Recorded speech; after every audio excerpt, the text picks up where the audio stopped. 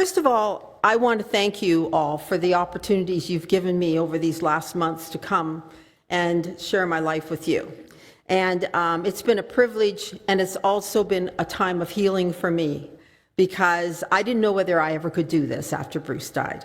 And so not only have I done it, but I see that I have something in me still that I can give. And so I want to thank you for that opportunity today. And for the next couple of weeks, I'm going to share really personally, because I won't be up again. And you'll have your new minister, and I'm going to share with you my life and the life that Bruce and I lived together, as crazy as it was.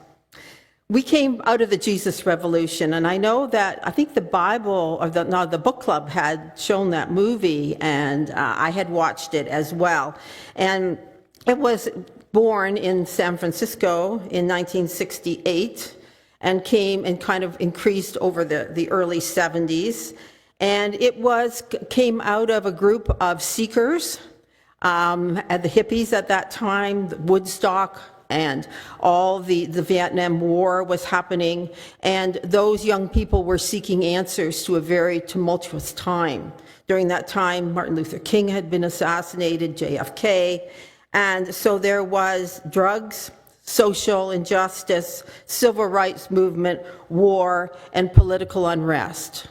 Does that sound like today? Yeah, it kind of does, doesn't it? And in my heart, I believe that there's another revolution coming. And we have to prepare ourselves, because the younger generation are looking for answers. And for Bruce and I, the answer was Jesus. And I'm going to give you a little background of how that happened, because it didn't happen in a traditional way. Some of you know I've said this one before, but I didn't quite share Bruce's story, and he's not here to tell me I can't, so I'm just going to do it. I'm sure he'd be pleased I do it now. You have to think back to a time when he and I were sitting in a Baptist minister's office. I was 18 and he was 20, and we were there for pre-marriage counseling. And so, we were there because it was my parents' church, and of course my parents wanted us to get married in that church, and I hadn't really been following the Lord, but anyway, I went to that church.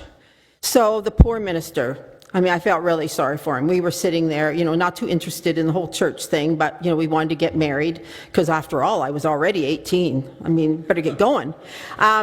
So we sat there, and so he asked me the question, Nancy, do you believe in God? And I said, well, yeah, I think I've been raised, in this church. And, yeah, I'd say I believe in God. And so we asked Bruce. He says, absolutely not. And I thought, whoa, that's pretty straightforward. And he said, Bruce, you don't believe it all? He says, no, I don't believe it at all. He said, I just think it's a bunch of nonsense. And he said, I don't believe it all. So you can almost see the perspiration beginning to form on this poor minister's forehead. Oh my gosh, these people who've gone to this church for 40 years and their daughter's getting married, and now I can't marry them because the groom won't say he believes in God. So Bruce just sat there. And I just sat there. And so the Reverend said, well, Bruce, can I ask you one question? He said, okay.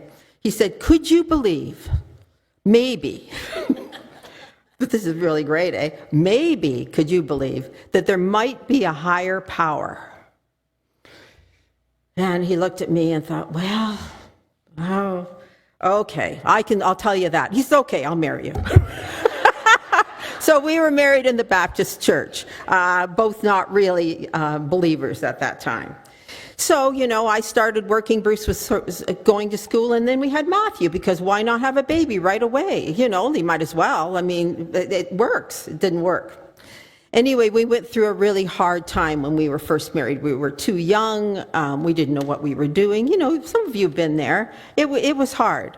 So when Matthew was born, and this is my testimony, I was a mess. I was the absolute identity of a flake, like Flaky Flake. So I was flaky, and Bruce was so shy he hardly spoke publicly at all. Like he just got one word answers out of him. And so, here we were trying to make a life. Well, I had the baby, and I thought, oh my gosh, I feel so sorry for this baby. He's just doomed. Like, he's got a flake for a mother, and the father doesn't believe anything. So, I mean, what are we going to do? So, across from me, you know, with 4 beds in a hospital, across from me, kitty corner, is this girl smoking cigarettes and reading her Bible. I thought, wow, because you could smoke in the hospital back then, 72. And I said to her, oh, what are you doing? She said, well, I'm going to try to follow Jesus. I said, oh, really? She said, so I'm reading the Bible and I'm smoking. And I said, well, light me up. I'm coming over. So between her and I don't know how many packs of cigarettes we smoked in those 2 days, but we talked about our lives being a mess and how she had heard that, you know, there was a way, a way to follow after God through Jesus.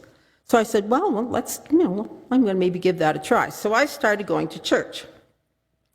And you know what response I got from Bruce? Oh, gosh. He said, well, you can if you want, but I'm never going. I'm never going. You can take Matthew, but I'm never going, ever. And I said, okay, all right, okay.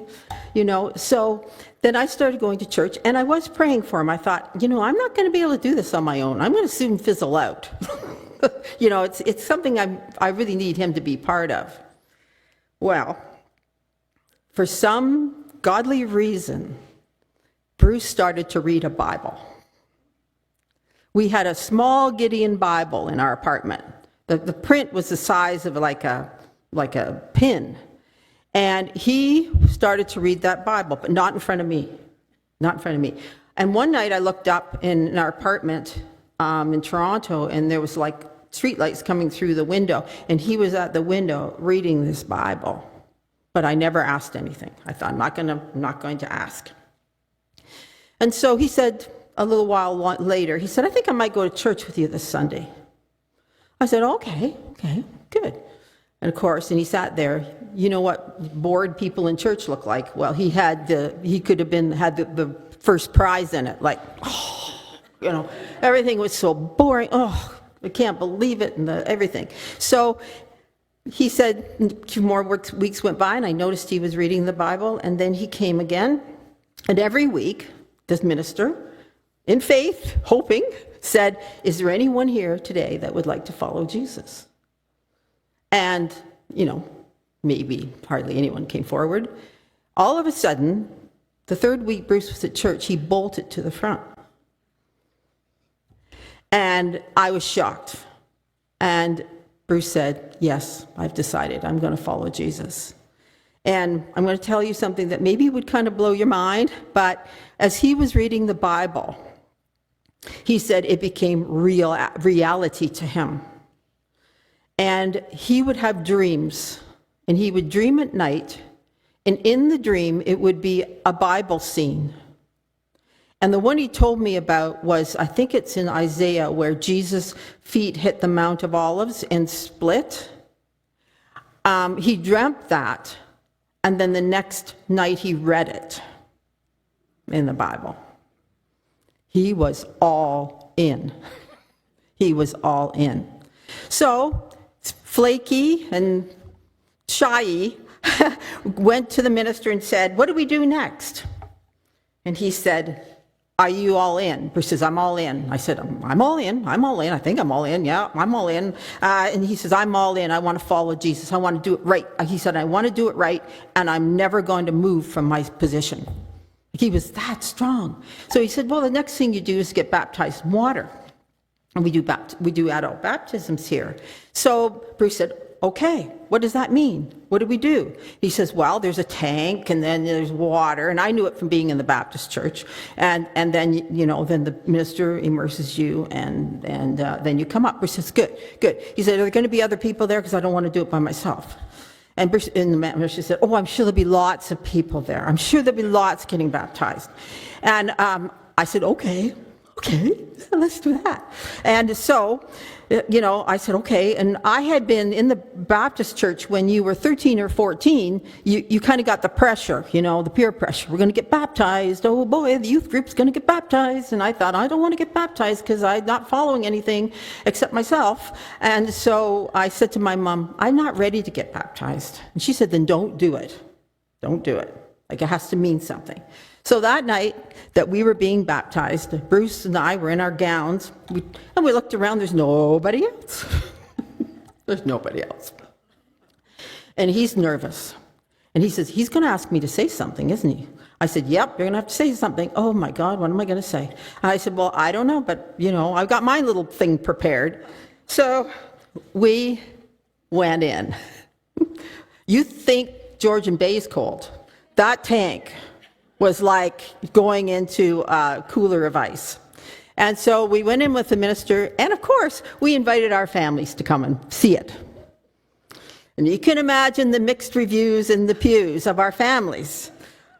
His family thought, this guy is nuts. A couple of my family members were just plain mad about it. And we had two that were really happy. So we looked at our group, and we didn't have a rousing crowd of cheering and way to go, Nancy and Bruce. It was like, their marriage isn't going to last, and this isn't going to last either. That was basically the final line. This is just another step to destruction. So in we went, and we were baptized. And Bruce said, at that baptismal tank, I have decided to follow Jesus for the rest of my life. That's all he said. But I knew he meant it. And so that began our journey together as followers of Christ. And it was a long, circuitous journey through many highs and lows, as you all know happened during that journey. But we never regretted our decision. And so Bruce loved his Bible. He took it everywhere. He just walked around with his Bible. He really loved it. He took it on vacation. He took it when we went to visit family. And he just carried around his Bible, not to read it to anybody. He just had it with him in case he wanted to, sneak a peek at something else. But the thing he said that changed his life during that time was, he read the scripture, I will set the orphans and families, and I will become the father to the fatherless. And Bruce had lost his father at a very young age. He had grown up in a very isolated farm community. He was nervous. He couldn't speak well. He was afraid of speaking in public. He was very shy. He had a great musical talent, which he did use, here and there, but he was very shy. So he said to me, I know I'm never going to be alone again, that I have a father that's watching out for me, and I'm part of a family. And he always said that, and he told our kids the same thing. So next step, move to Collingwood. Here we go. We have a baby, and we're moving to Collingwood. And so we came up here, and Bruce was working for an engineering company, and we decided that we would go to church. So off we went to church. And we got there, and I didn't know there was a dress code. And I was a little poorly dressed, I guess you'd say. I was the miniest skirts, that sort of thing. And so I went in, and I didn't even notice really, but I sat down, and that's who I was. And Bruce sat down, and he was totally petrified about everything and shy and thought maybe he had to talk to somebody. And so we sat there, and Bruce said to me, you know what, whatever God asks us to do, we're going to do it. I said, okay, whatever he asks us to do, that's right, we're going to do it. The first week we were in church, someone found out that Bruce played the Hammond organ. So this older woman, Mrs. Wilson, do you know the story of Anna and Simeon waiting for the Messiah in the synagogue?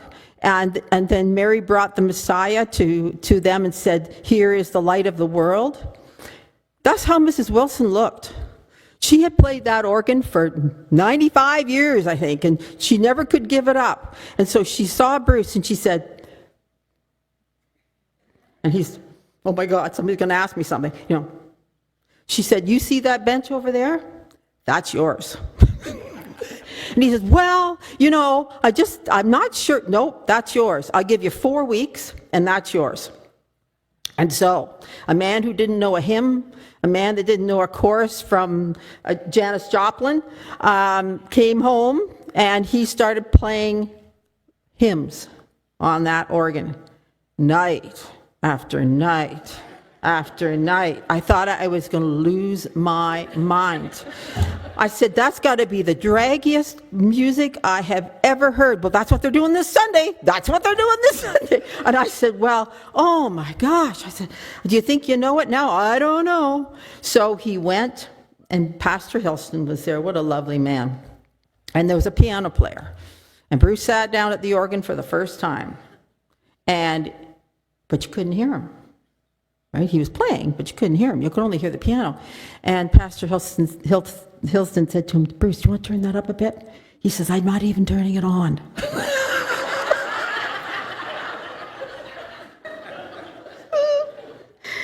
So, and eventually, Bruce was a fantastic keyboard player, and he played in all the churches we've ever been in. But that was his beginning. But he knew if God told him to do it, he was going to do it.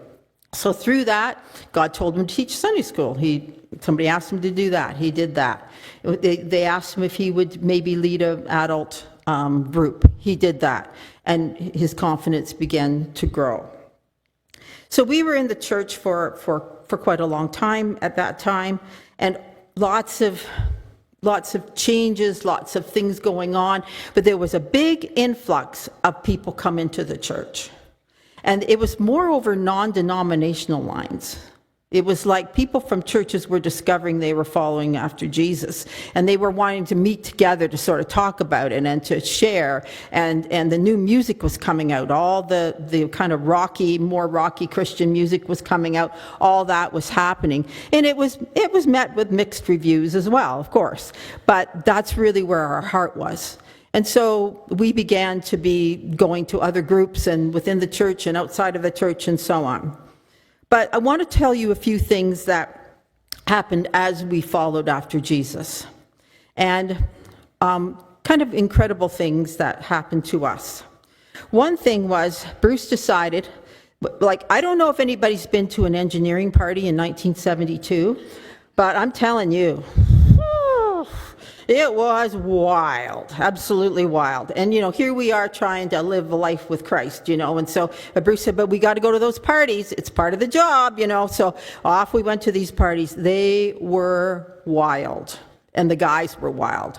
And one of the ones we went to, everything was going pretty well, and then all of a sudden these can girls came up from the back, very scantily dressed, and they were sitting on guys' laps. So I saw Bruce. He put his arm around me and he pulled himself up to the table like this. And I said, it's kind of obvious you're nervous. He said, I am. He said, the guys would like nothing better than for one of those girls to come over here. So, this is what it was like. So we went to all these engineering parties and so on. But when Bruce started at the company, he would go in before the work day started, really early, and he would pray over each desk. And he would put his hand on the desk and ask the Lord to bless that man and to come into his life in whatever way he wanted, and to bless the family of that man, and that he'd find peace. And each desk. And then he would spend some time praying for the success of the company and for his boss and all the rest. But he never told anybody. The two wildest guys at those parties accepted Jesus. Not through Bruce saying anything to them, but from other ways. The one guy, he said, Bruce, I've accepted the Lord. He said, I just can't believe it. What do you think? And so Bruce told him, well, I've been praying for you for a number of years, at your desk. He said, I can't believe how my life has changed. And he said how different I feel about myself and about where I'm heading. And so he said, I knew it was my worst day when I was dancing with that Christmas tree at that last party. And Bruce said, well, it wasn't your finest moment. And he said, no. He said, I was dancing with the tree and I didn't even know I was. I was so drunk. And he said, yeah, you were doing a little jig with the tree. The other man that started following the Lord, he got the biggest Jesus hat you ever saw. And it lit up. And he said to Bruce, I'm so thankful to have this in my life. I finally have a reason that I'm going forward. I was so depressed. And so he had the shirt, and he had the flashing hat, and he had the whole thing going on. And I thought, that was from a faithful, quiet man who prayed every day over those desks. Didn't happen right away, but over the years. And when Bruce finally left engineering, his boss said to him, "Boy, I wish you'd stay. Now we've lost our moral compass."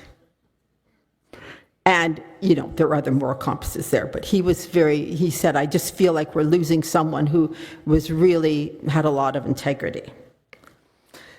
So, during that Jesus Revolution, Bruce and I had made a decision that there was some parts of it that we really, really wanted to embrace more and more, and that was the inclusion of everybody, no matter what.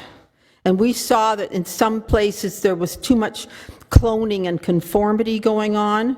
People were being put into molds that they didn't belong in, and we decided we were going to take another pathway. And that's when Bruce started seminary, and we started a different kind of path where we were more involved in community, more involved in, serving, and he became the chaplain of the hospital and so on. The one thing we tried to do with our children was to try to show them by example, and we didn't always do it well, but show them by example that Jesus was with them.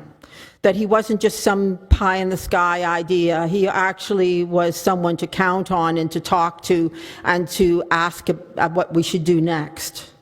And so when Pam was young, we said, you never need to be afraid because Jesus will go with you. I just have to ask him to go, and he'll go with you. And so she was afraid to go downstairs, and that was because her brother and her father grabbed her legs through the railing and scared her. I said, that's just your dad and your brother, I don't know. I'm really scared. I don't want to go down there. So when she was young, I heard her at the top of the stairs, and she said, come on, Jesus, we're going down. And so we tried to show them by example what it meant to follow Christ. And usually when you follow Christ, you're going to the least of these. You're going to the least of these. Do you know what I mean by the least of these? Those that are hungry, those who are tired, those who are discouraged, those that need a touch from Jesus. Jesus didn't go to the politicians of his day. He didn't go to the wealthy as the usual thing. He was going to the people who needed him. And so we tried to model that to our children, to go to the places where people need to see Jesus. So we sent Matt into East Germany to smuggle in Bibles. Boy, that's smart, eh? But during the time that the wall was still up, there was an opportunity for this youth group to go into East Germany to take in Bibles. And we said, Matt, we should go, and we'll pray. And then after he left, I kind of regretted it because I thought that might not work out so well, but it did. Also, Pamela, she's worked with the homeless. She's worked with the prostitutes on Jarvis Street. She has been there doing various ministries and services through her work. Eva's Youth Initiatives, Salvation Army. She's been there. Our little Carrie, who's no bigger than a peanut, she was part of the White Rose Movement, and that White Rose Movement were a group of young women who would go down into the brothels in Toronto, and they would, the guys in charge would say, we want to come in and we want to do the nails of the girls and give them some, just some treatments, and he said, okay. If you want to. So they went in and then they left cards. If you ever want anyone to pick you up here, we'll come and get you. And so the pastor's wife of the organization, she had one girl come out, and she said, oh, I'm so thankful to be out. And she said, well, I'm going to take you to church next Sunday. And she said, I can't go to church. She said, why can't you go to church? She said, because those were the people that were yelling at me from across the street with signs. And they were calling me terrible names. And she said, I don't think they'll want to see me. Isn't that sad? It was so sad. And she said, well, I can guarantee you that's not going to happen at our church. So I'm going to tell you some more things next week, But I want to share a bit of a victory story with you this morning. It has been 10 years, and I didn't know this, I hadn't kept track of it, but it has been 10 years since I've had no problems with multiple sclerosis. It is my 10th year anniversary. And Carrie had sent it to me. She had it on a Facebook post. She didn't put it up publicly. But when I think about that, I think how thankful I am for all the prayers that went up for me for so many years, because I was really getting pretty bad. I'm so thankful to stand here today and be able to continue to follow Jesus in any way that I can. So I want to thank you for this morning. I want to thank you for your prayers and for the prayers you've had for both Bruce and I over the years. And next week, we're going to follow it up, and I'm going to just tell you about what's happened now for me, how things have changed, but how things are moving along. And I just wish a blessing upon you this morning. Thank you.